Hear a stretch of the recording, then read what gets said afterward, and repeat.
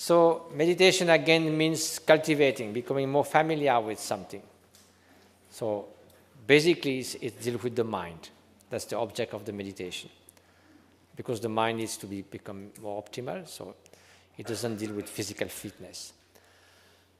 So we need first, for any meditation, suppose we want to cultivate loving kindness, we first need a proper tool. The mind has to be reasonably calm, reasonably clear. Calm I mean more like stable. So how we do that? We try to improve our faculty of settling the mind. We don't want to stop the thoughts. It's not going to happen anyway. It will never work. We don't want just to empty our mind. This is a strange idea that we should blank our mind. Just let the thoughts come and go, but at least a little more stable mind, not just like a restless monkey, and a little more clear mind. So for that we do usually very simple attention or vigilance exercise or techniques. You can concentrate on something. One good technique that is used often is focusing on the going and coming of the breath, because the breath is, of course, cannot be seen. It's a very subtle feeling, so it's subtle enough that it's a good sort of criteria to see if you are distracted or not, if you remain mindful of the coming and going of the breath. So we just sit in a balanced posture. It doesn't have to be with full crossed leg, but if you're too lax or something, you probably get a good nap. Or if you're too tense, it agitates the mind. So just a balanced way. Your hands can be on your knees, can be there, whatever feels comfortable and sort of harmonious. And then you just breathe in and out, usually from the nose, and feel the breathing is coming out, breathing is coming in, and just keep your mind on that. It's pretty silly, but it's very subtle. If your mind wanders, then you don't see it at all, so it's a good reminder whether you have been wandering or not.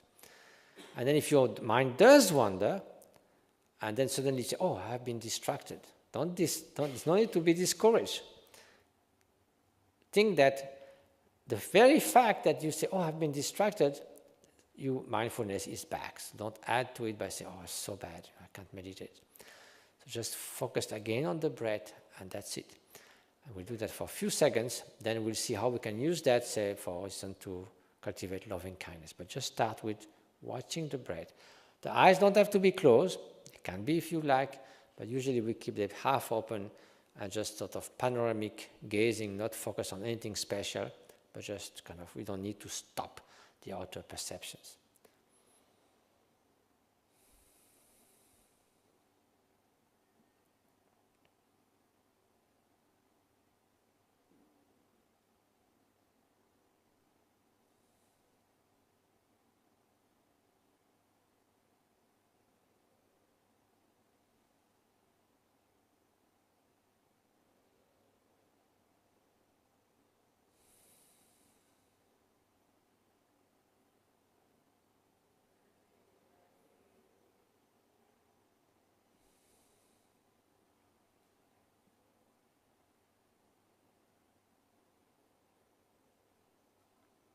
You don't have to control the breath. It might slow down naturally, sometimes might accelerate. You just notice it, but you don't do anything special.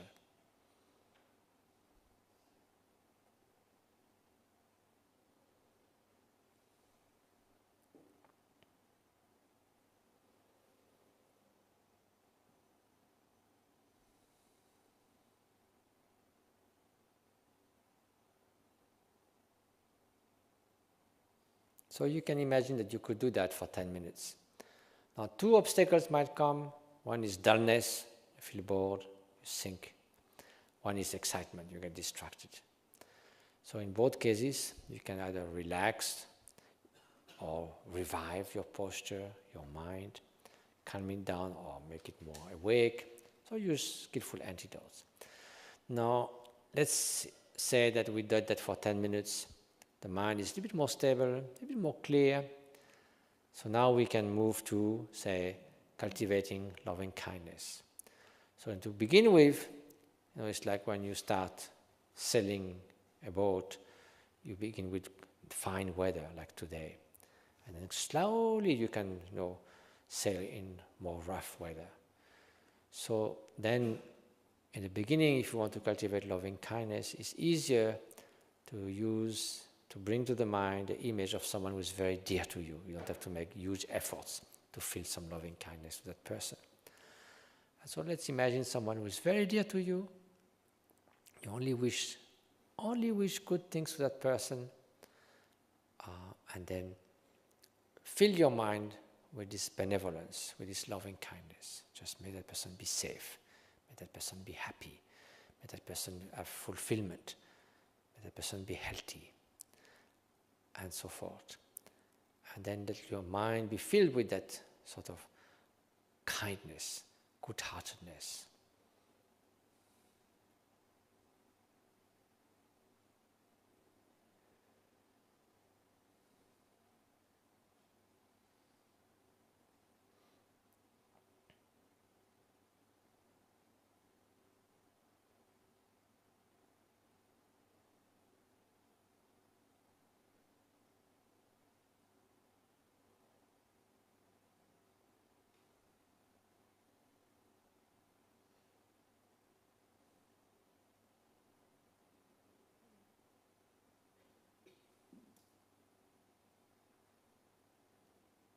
So this is not something new. We know about that, but usually it comes and goes. It's soon replaced by other mental states. So here, imagine that we do that for 10, 15 minutes. When it declines, we revive it. When we are distracted, we come back to it. So again and again, you fill your mind with loving kindness. That is what practice is.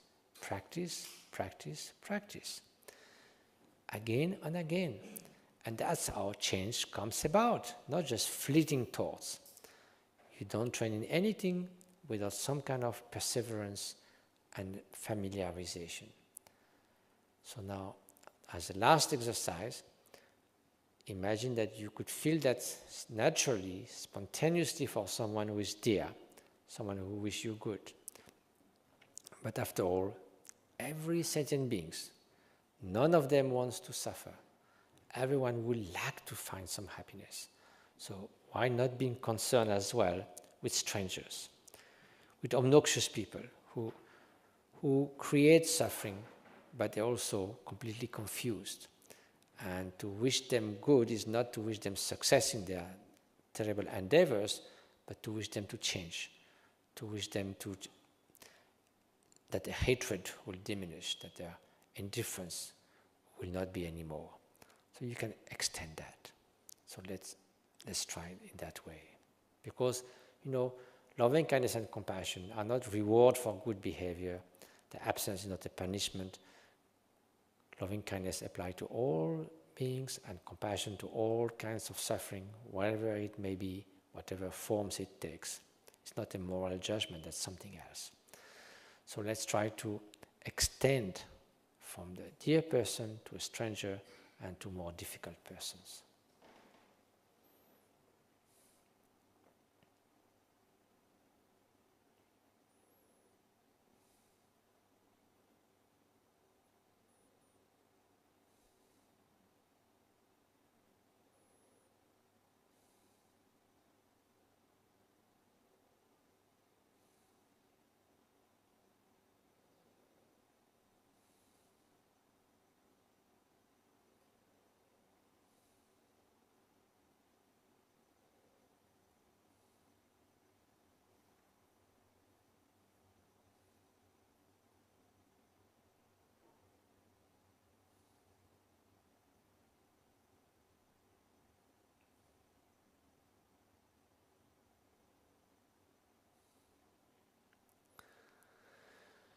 So you see, if we were to do that over some period of time, again and again, this is something we don't do in daily life.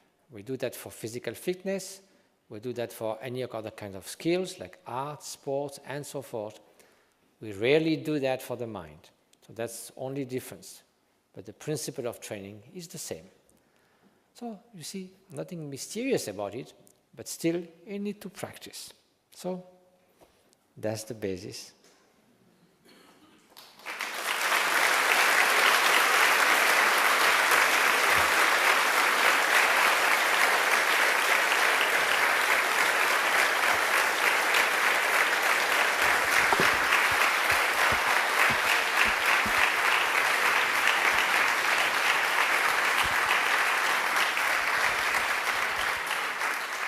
Matthieu, thank you so much for sharing your wisdom with us this evening and inspiring us. I found that incredibly powerful, and just that sense of calm that comes to a busy, noisy room in a moment like that gives us a taste of what you and others have been doing for many, many decades of your lives. A wonderful, inspiring talk, and thank you from all of us. Thank you to all of you for coming this evening. It's been quite a hot, humid evening tonight, but it's been wonderful having you all here.